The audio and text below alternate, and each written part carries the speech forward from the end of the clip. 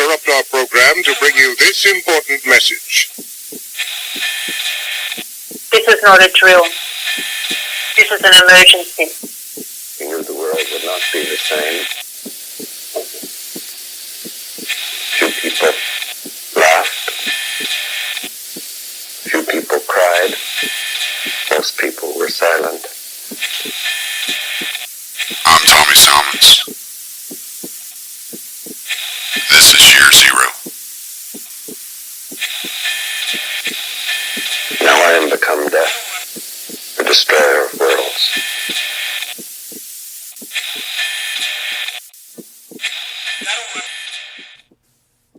So I asked Pete Raymond to join me on the podcast to talk about the documentary that he is working on and the crowdfunding effort. And we had a great conversation. It was a lot of fun. I had a slight buzz. I'm not going to lie to you. So we were enjoying ourselves. And the first, it seemed like about the first minute, 45 seconds to a minute, maybe a minute and a half. There was a lot of problems as far as recording my sound for some reason. So we're going to dive in to where the recording was actually taking place at a pretty typical, not even typical, pretty easy to listen to spot. Pete is in the middle of discussing the difference between podcasting and being involved in a documentary where you're working with a bunch of other people. And, how it's not the same. It's very rewarding, but it's a little frustrating. So that's where we're going to pick the podcast up. So I apologize. You miss all the goofy, drunken humor at the beginning of the podcast. But it's, we had a really great conversation, and I really appreciate Pete coming on, and, I hope y'all really enjoy this. I'm really excited about the documentary that he's working on and all the upcoming projects that he has going on. So, without further ado, here you go. The documentary, I told you when we connected, like I'm over here cursing. Well, I'm trying to leave out all the bad news. Like I told you the other day. I mean, oh come on, I'm extremely envious. Well, if you decide to do a documentary, I'm talking about an hour and a half to 2 hour documentary. As far as I know, the first one that'll be on government. The history of government and transitioning into it and a libertarian society. There are going to be some headaches. There is going to be possibly some yelling.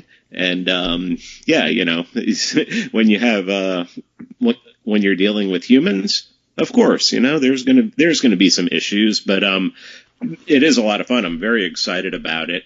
And, it's one of those things that I guess everyone says, can't wait to see the finished product. But right now we're making the sausage and it can get ugly. Yeah. I know. I imagine. And how did you get involved in the project in the beginning? Like that's one of the things that interests me. All right. So believe it or not, Georgia does have a lot of libertarians, a lot of anarcho-capitalists. Problem is that Georgia's such a huge state, spread out all over the place. It's like we have a couple groups on Facebook, and it's like, oh, everybody say where they are. And it's like me and like one other person are in Atlanta. In the Atlanta area. Everybody else is out in the boonies and everything. But I did know a couple guys from around here that I met through Jeffrey Tucker put together this thing called Anarchy in Atlanta, and it was like get together every once in a while on a Wednesday and hang out at a Mexican restaurant and eat some food and do some drinking. And I met, and I had known both of these guys from Facebook, Chris Kofer and Robert Rex. And just one day, Chris hit me up and said, I know that your best off day is Sunday. Can we get together? And I said, sure. Just, come to lunch with me and my wife. And he laid it out. He's like, I got an idea for a documentary. I want it to be about the history of government and transitioning into a stateless society. Hence, our production company is called Stateless Productions.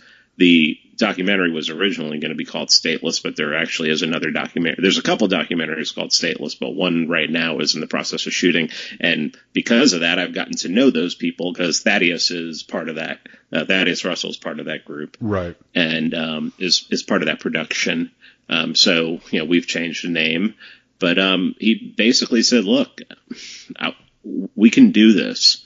He goes, but I want you to come on board because we want to interview, libertarians. We want to interview prominent libertarians. You have a podcast. You interview these people. I want you to be the one who reaches out to these people and, and secures them. Nice. So really I was asked to come on because I'm the one who, interviews all these people. Robert and Chris don't have podcasts. And he's like, so what do you think? And I'm like, as long as I don't have to take a lot of money out of pocket, it was just, I think it was really just the expenses of getting the corporations together and everything. Mm-hmm. I was like, I'm down, let's do it. And I mean, that was last year, and we've just been working on putting together, plan of mostly getting the interviews done. The hardest part is going to be getting the interviews. Obviously, you might have to travel for some. Might have to travel for a lot of them. And we knew that writing it wouldn't be as big a problem as nailing down the interviews. So right now, we've already done interviews. When I was up at Liberty Forum in New Hampshire, I was asked to speak there. I went up there, and they went to, it was at the same time Anarchapulco was happening. Right. So they went down to Anarchapulco, mm-hmm. and they did, initial interviews. We've already actually started the interviews on this. We interviewed Eric July down there. We interviewed Vit Jedlicka, who is the president of Liberland. Mm-hmm. If people don't know about Liberland, go look that up. And we interviewed one other person down there, but I can't. It escapes me right now. But we didn't get a chance to interview Thaddeus, but Thaddeus has said he'll do it anytime. And one of our guys recently moved out west, and he's actually not far from Thaddeus, so that we can get anytime. But we've gotten the amount of people who've said, yes, we will do it. And the quality of people is just absolutely floored me. And, so if you want to go into that. Who's your favorite interview so far? Well, we haven't. The only interviews we have are the ones from Anarchapulco. Oh, okay. Our big thing is going to be Mises University. Okay. Mises University happens from July 14th through July 20th, I believe. Auburn, Alabama. It's 2 hours south of me. So I'm going to drive down there. Guys are going to be there too. And we've gotten there. We're going to be interviewing Bob Murphy, David Gordon. Dave Smith's going to be there. Oh. Jeff Deist is going to be interviewed. Mark Thornton is going to be interviewed. Peter Klein. So we're going to blow a bunch of interviews out of just get a bunch done. While we're there, Judge Napolitano is actually going to be there. I have not contacted him about doing it, but I will talk to him because I'm going to be there all week and see if he can get on board. Joe Salerno is going to be there. I haven't talked to him yet, but I'm assuming it wouldn't be any problem. And depending on how Lou Rockwell's feeling, ask Lou for an interview too. And so that's going to be the next thing. That is a month away. Yeah, well, that's gonna be awesome. That's gonna be pretty cool. Yeah, but we're all. So you're not using like the interviews from your podcast are acting separate from your interviews for the documentary, like going forward. Oh no, this is 100% new stuff, and I mean we have a 4K camera, we have a great setup, and yeah, we're just going to be interviewing people live, asking them questions, and just like your regular kind of documentary you see, where you'll have some story, you'll have something that'll lead up to a question, and then we'll ask a question in the documentary, and then someone will pop on the screen to answer the question. Hey, how would in a libertarian society, how would how would rules be enforced and laws be enforced? And boom. Stephen Kinsella will talk, or Robert Murphy will talk, or David Gordon will talk. It'll be like that. And we're going to do, Scott Horton's also said, he'll do it. So when we're talking about the history of government, we'll talk about war, and, we'll have Scott comments on that. And, we've gotten, looks like we're going to probably do a trip through, Texas, Louisiana, and maybe Oklahoma to get, Scott. Ron Paul has said he will do it. We have to go to him. Yeah. And then go head on over and hit up Walter Block. Mm-hmm. And then, we have guys like, we want to look at people who, the artists who are, contributing to liberty. So, we already have Eric July.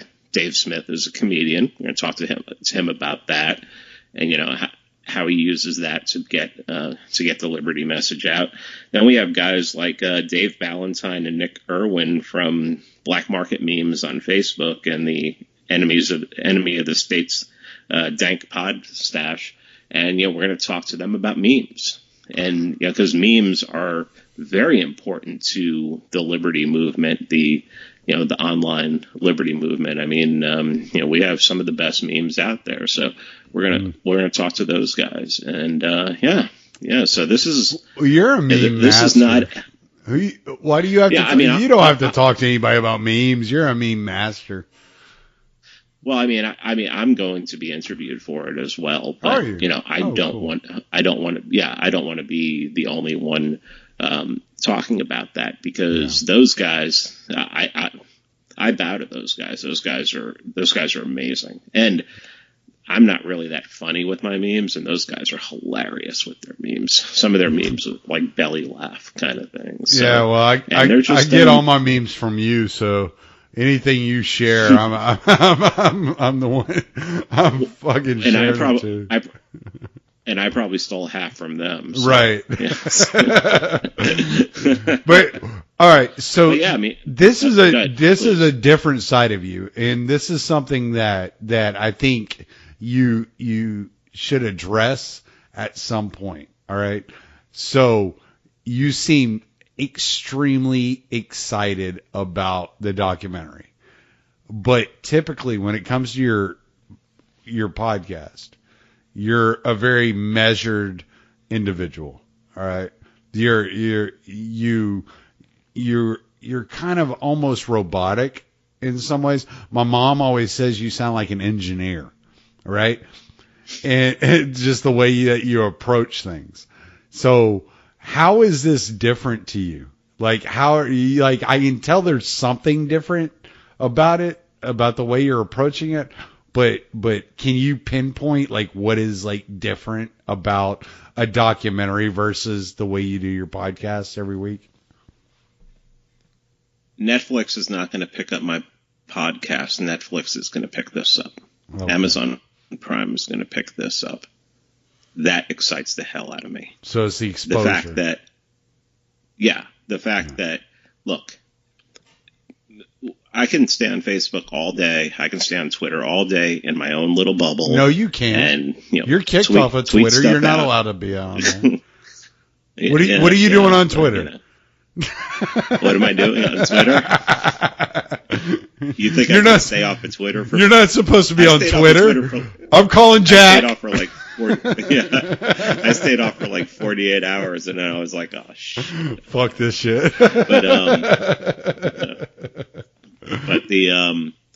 But yeah, I mean, the way I look at this is I don't know of any other documentary that has ever been made about, what we're talking about. I mean, and, also going to the, because we started an Indiegogo page. This is important stuff. Okay. Yeah. Share all your links and everything too as we go along. I mean, if you go to Indiegogo and you search Beyond the State, now we had originally, of course, it was supposed to be called Stateless. Then we had to change the name, but we couldn't come up with a name in time for when we started the Indiegogo. So we were just using Beyond the State. But since then, the name of it's going to be the Monopoly on Violence, and it's going to be a history of government. So we're going to start with as early as we can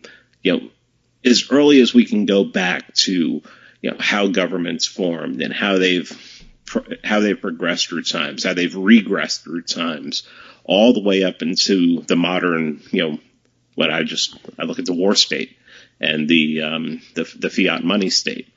And then it's going to be a progression past that to, okay, what would it look like if we transitioned into something where we didn't have a monopoly on violence or a monopoly on force? Right. And that's going to be the important part, because as far as I know, and I may be wrong, if someone wants to correct me, I have no problem with that. This will be the first time that this will ever be out there.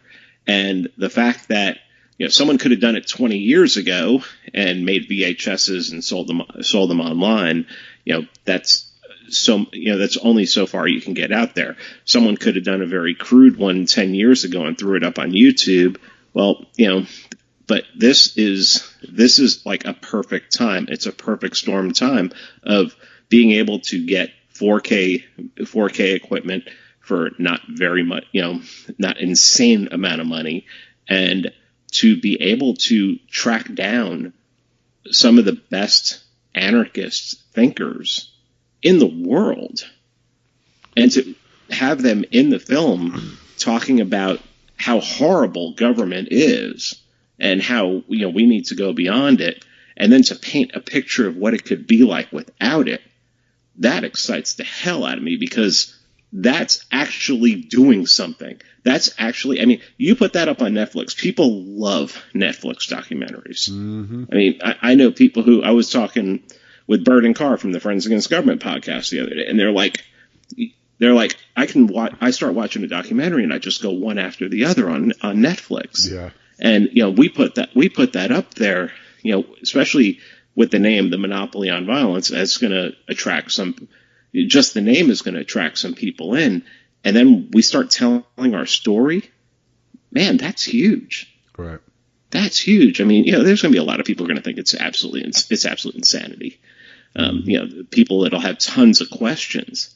But, maybe people will start, going to Mises.org and, start downloading some of those free PDFs and, get an Anatomy of the State or something like that and start reading it. And I honestly can't think of, outside of like Ron Paul being up on, the debate stage and causing the ruckus that he would always cause, communicating the message to people better than a documentary that, you throw up there that people, like I said, people love watching documentaries nowadays. And that's why I'm excited about it. I'm excited about my podcast too. Don't get me wrong. I started my podcast so I could learn. I wanted to talk to people, and I wanted to put some messages out there. But then once I got into doing interviews, it was more about I want to learn, and I want to, I want to talk to people who are, really know their stuff. Right. And this is. I'm not laughing this is at just you. So far beyond, man. I'm not laughing at you. Like, isn't it weird how, like, when you get into podcasting, people think that you're podcasting because you know so much more than they do. And then you realize, no, I'm not podcasting because I know so much more than you do. I'm podcasting because I want to learn as much as you do. Yeah. Yeah. And I mean, the amount of downloads I got on my podcast really floors me. The fact that people seem to like it. And,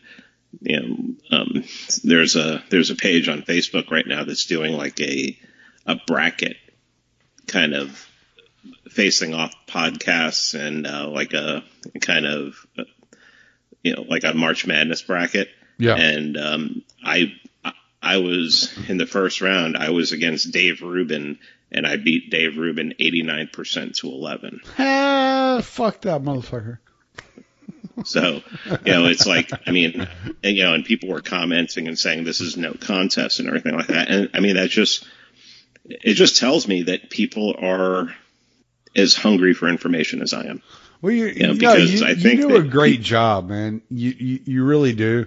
And I don't want to turn this into a like complete love fest, but I follow you regularly, and you're doing a great job. You're bringing forth a lot of great interviews, and you're bringing forth voices that a lot of people haven't heard before, and I think that's meaningful. When I started like rearranging what I was doing here from Stranger Encounters to Year Zero, what I figured I wanted to do was I wanted to sit like in that space between your philosophical style of podcast and Scott Horton and his straight edge style of podcast. And I'm trying to fill that void. Like, cause there are people that want to be semi-philosophical, but they still want to know what's going on. And so it's kind of like, I just want to like be able to bridge that gap, like as much as I can, and be within that space between you and Scott Horton. And I think what you're doing is extremely important.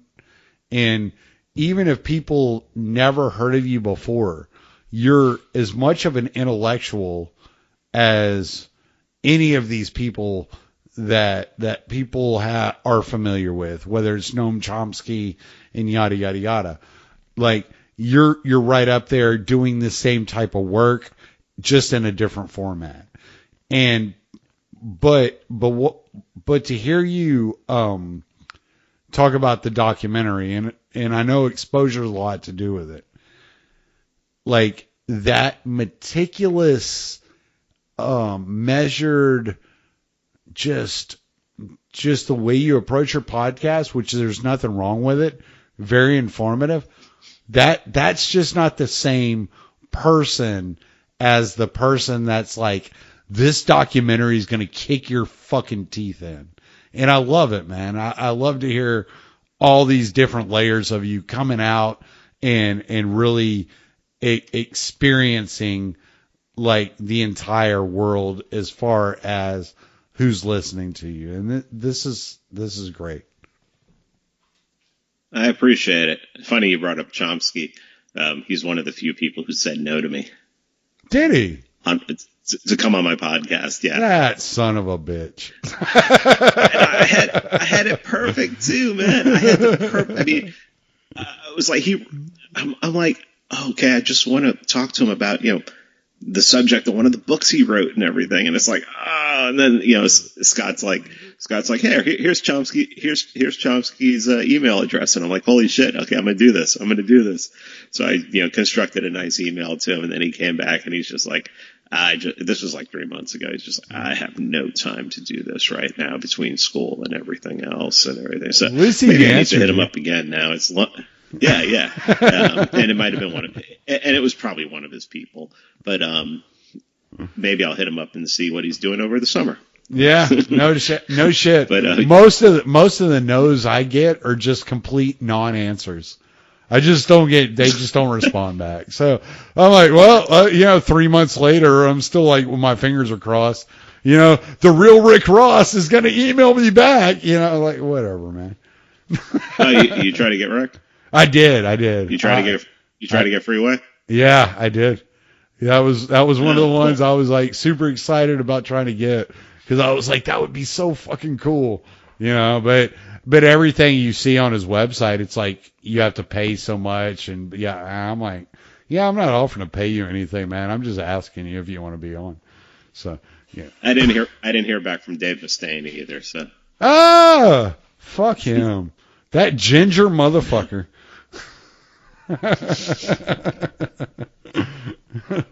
But yeah, man, I appreciate the kind words about the podcast and everything. But yeah, I mean I got great episodes dropping episodes I'm really excited about dropping this week.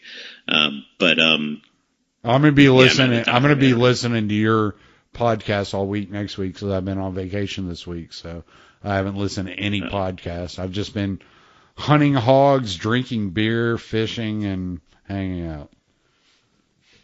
Yeah, so it looks like we're going to have to do, one of us is going to have to do the Texas, Oklahoma, Louisiana road trip, but that should be fun and also talking about going to Colorado to talk to Michael Humer, that would be, that one might have to pass because it's a little out of the way. Doing Oklahoma, Texas, and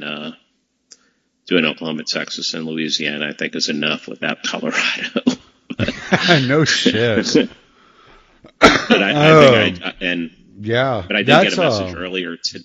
That's a hell of a trip. And if you've never been to Texas, Oklahoma, Louisiana area, it's gonna be the better part of 3-4 days driving through all this and doing interviews and stuff. Yeah.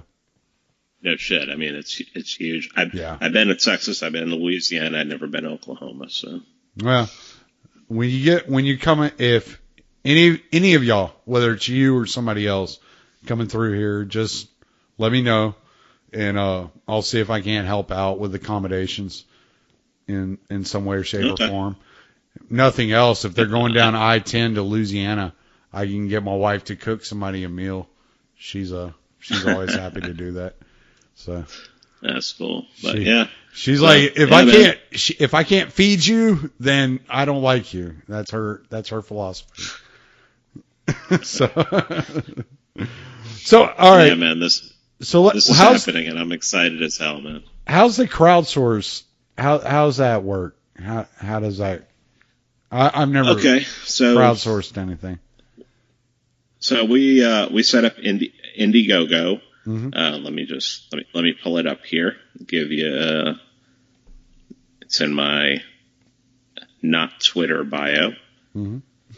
And so it's Indiegogo. If you go to Indiegogo.com, INDIGOGO.com, and you search Beyond the State, you'll see we have a introduction video that narrated by myself, and it talks about what we're doing, who we've already interviewed, who we're interviewing, and then there are certain levels, like if you donate $10, you get a 4K digital download once it's done. If you do $30, you get a Blu-ray. If you do $100, you get the Blu-ray, you get thanked in the credits, and then the online premiere you get an invite to. And then the top tier is $500, and that's to produce. You're going to get a producer credit in the credits. You're going to be a producer, and you get the Blu-ray, you get all that stuff. And so we already have 2 people who've taken up the producer, signed in for producer credits. I think 4 or 5 people for the $100 to be thanked in the credits, and then a bunch more in the 4K digital download for the digital download and the Blu-ray. But we're about 13% of the way towards our goal, so we need to bump that up. And I mean, don't have to be a producer, just anything will help. And then you can, there are there's a contribution button where you can put $5 or whatever you want to put in. So, yeah, I mean, it's what? No, I was going to say, you're saying that you don't have to be a producer, so anybody can help. Everybody has the opportunity to get their voice heard in this manner. How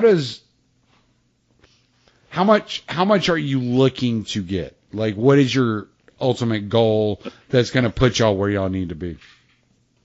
15,000 would be, would probably, we wouldn't have to worry about anything. Okay. I mean, that would be and it's mostly, most of that's going to go to travel because, we do have to travel a lot for this. Right. And also once we get into production, once we get into post production, once we get into editing, things like that, then, and then, you have to pay for stock footage. You might have to pay for music if you're using any music. So yeah, I mean, it's an expensive process. But I mean, it's not like, the one good thing is we're not paying anybody to appear in it. Right. So everything's going to go towards just absolutely producing the whole thing. Yeah. Okay. Well, I mean that's fucking awesome, but I wasn't sure what it would cost to do something like this. And who's doing most of the traveling? Are y'all splitting it between all of you, or is one person doing most of the traveling in the interviews? Well, the Mises University, I think we're all three going to be there. Well, we're definitely all three going to be there doing that. After that, it's we have there's three of us, but we also have four other people that have signed on to do graphics and to write write questions, write the script with us, and one of them has like a 4K camera, so another 4K camera. So anybody and I think they're in Cali, so anybody who's in that area, they're going to be able to handle it and everything. But yeah, there is going to be. I mean, I think the main part. So we got Mises University, then we're going to have to do that Texas, Louisiana, Oklahoma trip, and then there's probably going to be a trip to New York and Philadelphia in it. So that's, like Texas is going to be Scott Horton, Stephen Kinsella, Ron Paul. So, Daniel McAdams, we're going to probably get Daniel McAdams while we're there too, if he's up to it, if he's willing. I doubt he'll tell you no. He's such a great mind. He's such a great mind and such a quick wit too. Oh yeah, he seems like such a good guy too. I would love to have the opportunity to speak to him at some point. Yeah, he seems like such a good dude. So when are we looking for a release date? Next year? Yeah, next year. I'm hoping spring. Spring next year. But because we're hoping to have the. Well, I mean, it could be, but the interviews should be done in October, and then it's just a matter of putting it all together. Yeah. And how long that takes. Now, our Chris, one of the co-executive producers, this is what he went to school for. Yeah. So he's going to be able to edit. He's going to be able to do a lot of this by himself. We may have to bring some people in correct that. We're almost definitely going to have to bring some people in from the outside to help with this. But I mean, Chris, I trust him implicitly. He's the one who approached me. This was his idea. So I know that he's into, he's 100% in. So we all are. I mean, we've had meetings about this, and it's really all we've already, we formed a production company, and we've already been approached by somebody else to possibly, do our next documentary. Yeah. So Yeah, you had mentioned something about we just that. have to. I just didn't want to get involved in all that until you were ready to announce it.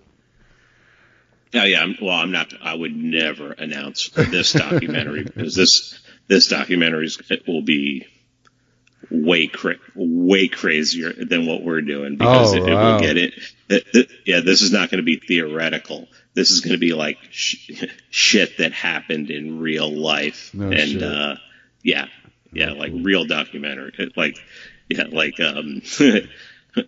looking at some tragic shit that's happened. Well, I'll be keeping my eyes open for that. But I wanted to ask you a couple more things, and I'm going to let you go because I know you have an evening you want to go enjoy, and I have an evening I would like to go enjoy as well. So, like, just a couple more things.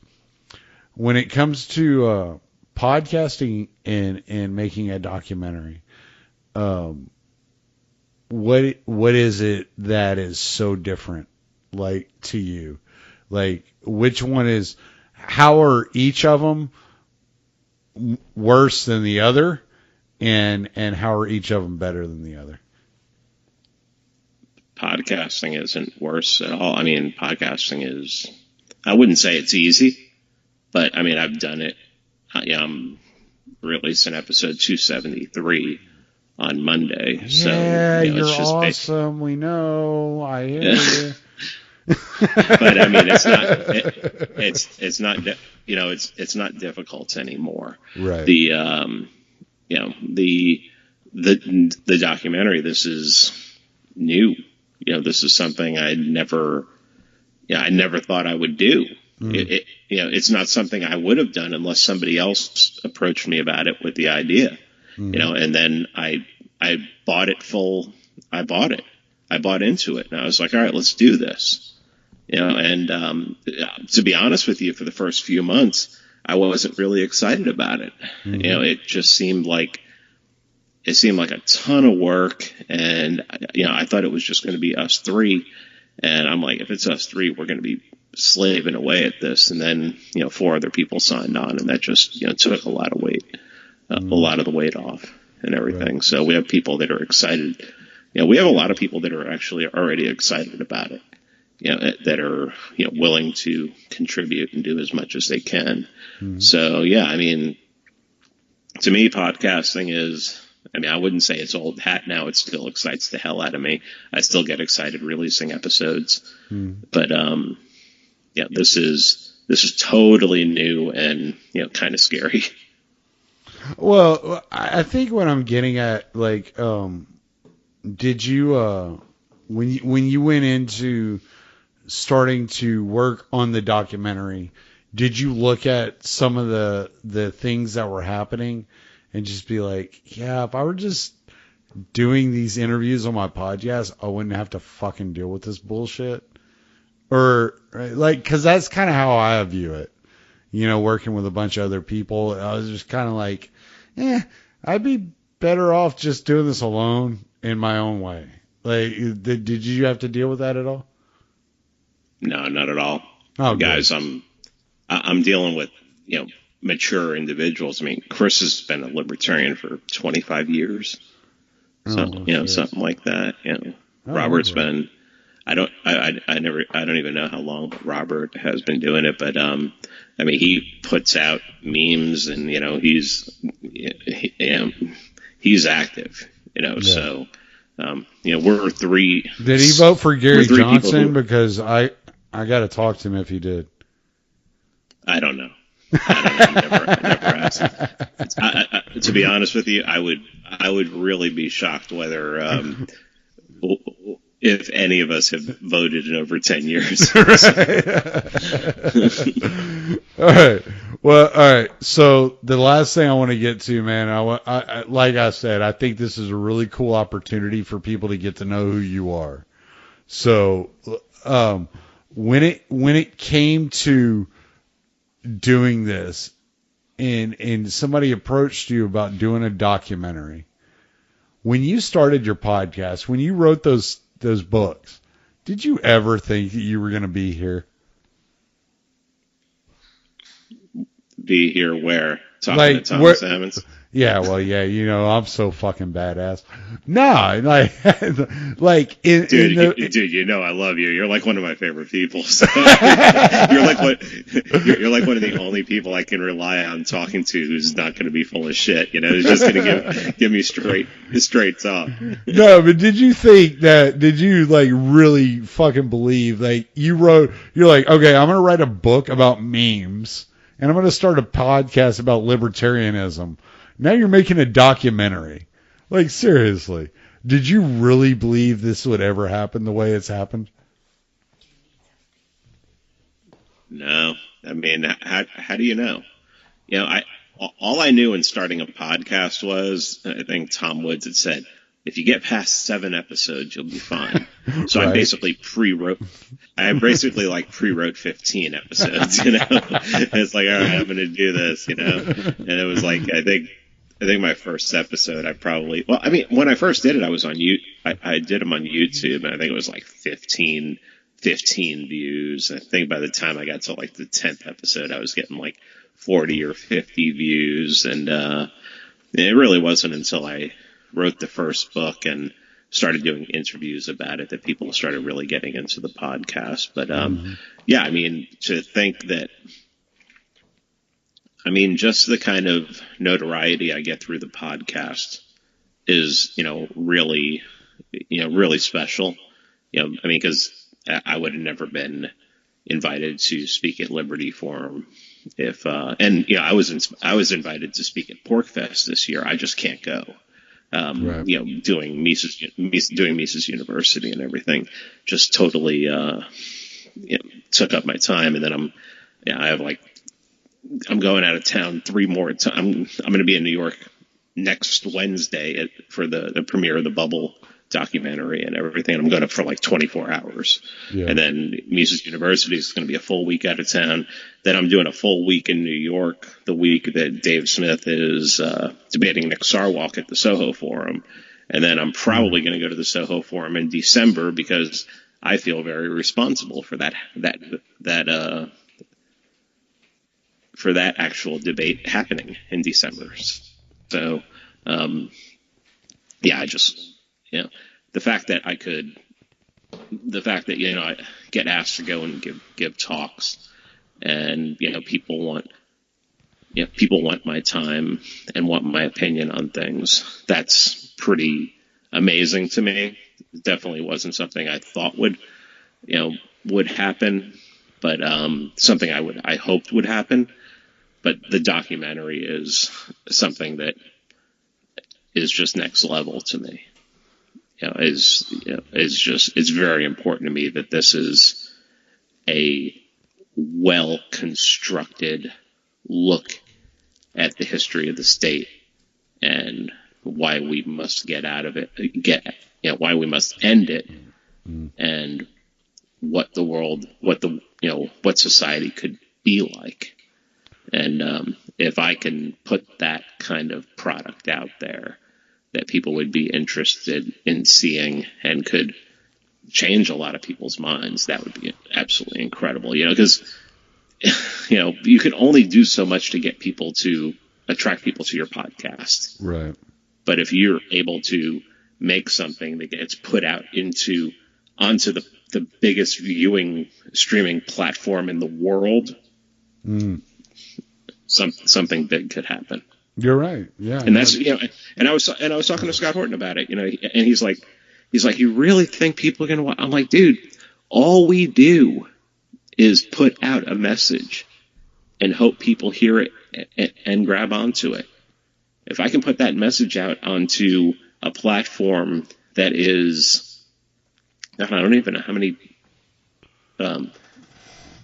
many people subscribers Netflix has. Millions. But it's in the tens of millions. Yeah. That's just huge, man. That's huge. Yeah, that's it's huge. Like 1% of those people watch it, Yeah. That's insanity. If 1% of those people watch it and 5% of those people grasp it, that's a lot of fucking people. Yeah. That's what I'm saying. That is fucking insanity. Like I'm right on board with you, man. That's why I wanted to have you on to talk about it, because I was like, yeah, I talked to Pete about all kinds of shit, and we bullshit about this, and he memes about this, and you know, I'll make a joke or this, but this is fucking for real. Like, this is some real shit. Like, he's doing some real shit here. So it's fucking awesome, man. It's got me excited because, you know, like I see what y'all are doing, and I'm like, wow, this is really cool. You know, this is real. You know, I'll make some comments to my, you know, 100 listeners or however many people are listening to my podcast, and I just, you know, I'm like, yeah, I'm talking to 100 people, and you know, having a good time, you know, and exchanging information and asking for ideas, but what you're doing can actually like make a real big difference, man. And it's insane, man. I think it's awesome. I was thinking about it, and the reason I asked you that last question, I was thinking about it, and I was like, yeah, I thought, you know, like maybe I'll start a podcast in 5 years, maybe I'll be able to make a living off the podcast, but nowhere in my heart of hearts, in the back of my mind, would I ever think I would be making a documentary about how to make this philosophy work in real time. And I was like, that's really pretty wild. Yeah, it's a pretty wild position to be in. And you've come so far. Like literally, I remember I started following you 2 years ago, maybe 3 years ago, and you've exploded in the last couple of years since I found out who you were. I didn't even know you were. I don't even know if you remember this, but I didn't even know you had a podcast for like the first year we were following each other on Twitter. I didn't know. I was like, you have a podcast? Send me a link. I'll listen to it. Like, I was fucking clueless. I still get people who do that. Really? I mean, everybody pretty much on Facebook knows I have a podcast, but there are still people on Twitter who are like, you have a podcast? Yeah. Yeah, I was like, I was following you because the memes, man. I hear you, man. I was following you for memes, man. You had some good information, and then all of a sudden you said something about a podcast. I was like, you have a podcast? Who the fuck are you? How can you have a podcast? And you're the reason I started my podcast.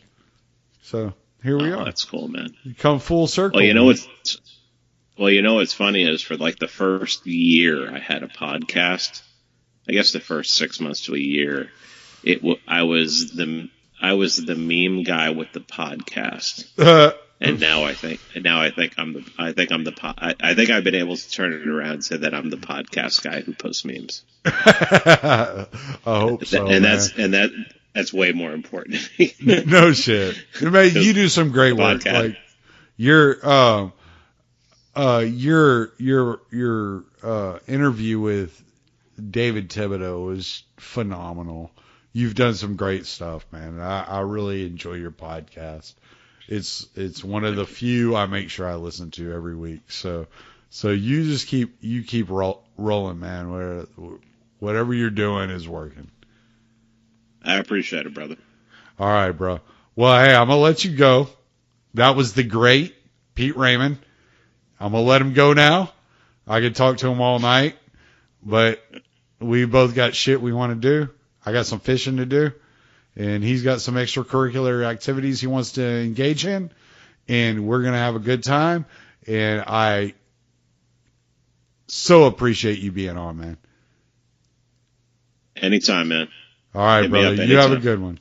You take on the intelligence community. They have 6 ways from Sunday of getting back at you.